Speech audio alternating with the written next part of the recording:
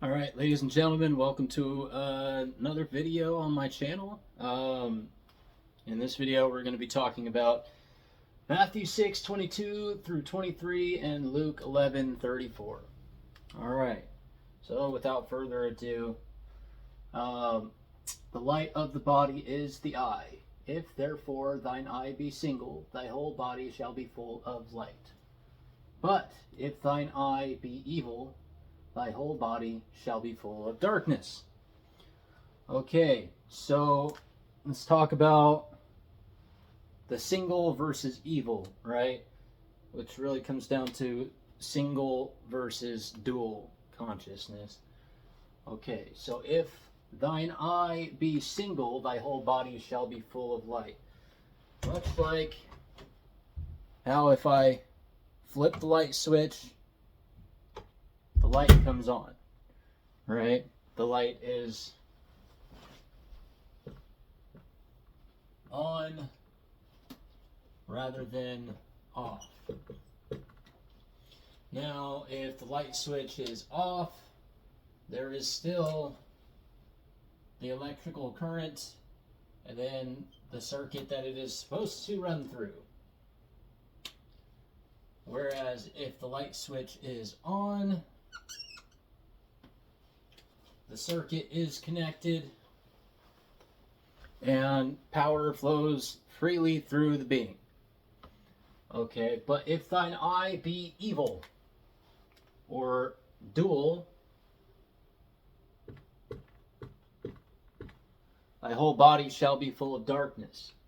Right? Dual as in A versus B, which if it comes down to a fight or a war, it's always A versus B, and usually that leads to destruction on both sides. Whereas if both sides decide that they would rather not fight but exist or coexist with each other, then you get life, which is the whole point in this. Right? The black hole, the consuming aspect or principle of existence, depends upon the producing aspect of existence or the producing principle of existence. Without the light, this consumes all, including itself, and leads to destruction.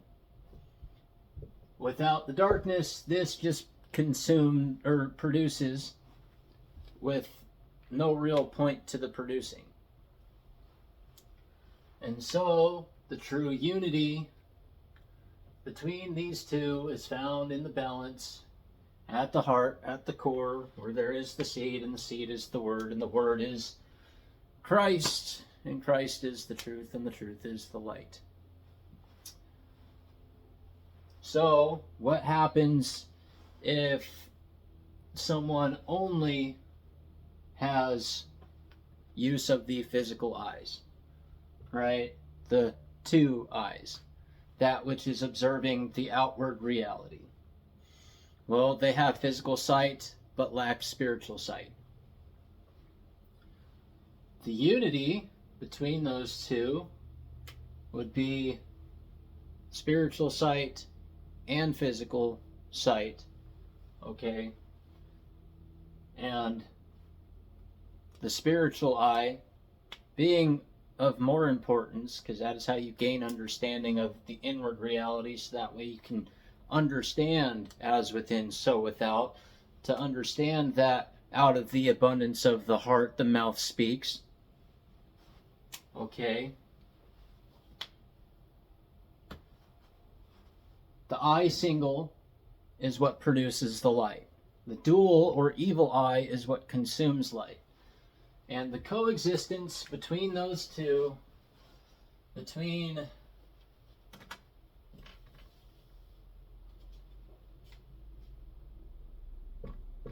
yin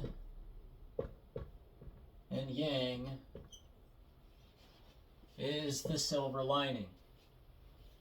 All right, that silver lining, the silver cord, the mercurial tube that carries the messenger of God, the Christ, the truth, or the message of God is carried by the messenger, but that's kind of the point anyways, is found in the unity between those two. It isn't necessarily black and white. That would be, black and white would be dual in terms of logic. 1 and 0 equals 0. Something either is true or it is false. And that is a true statement. Now, if it is true and false, then the statement itself still stands as false, even though there is truth to the aspect of the half-truth. And that is the meaning behind the concept, or I should say principle, that every truth is a half-truth. And I would say even my understanding of the scriptures would be a half-truth, because there's always going to be a different perspective on it, because I hold one perspective, right? Because one thought form exists within myself, there will always be an equal and opposite reaction, right? Newton's third law of motion applies to all forms of motion, all forms, whether we're talking spiritual, mental, physical, okay? All forms of motion.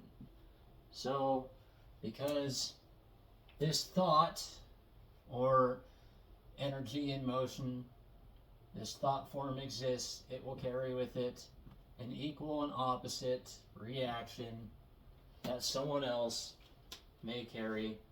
Hence why the existence of the sun is balanced out by the existence of the black hole.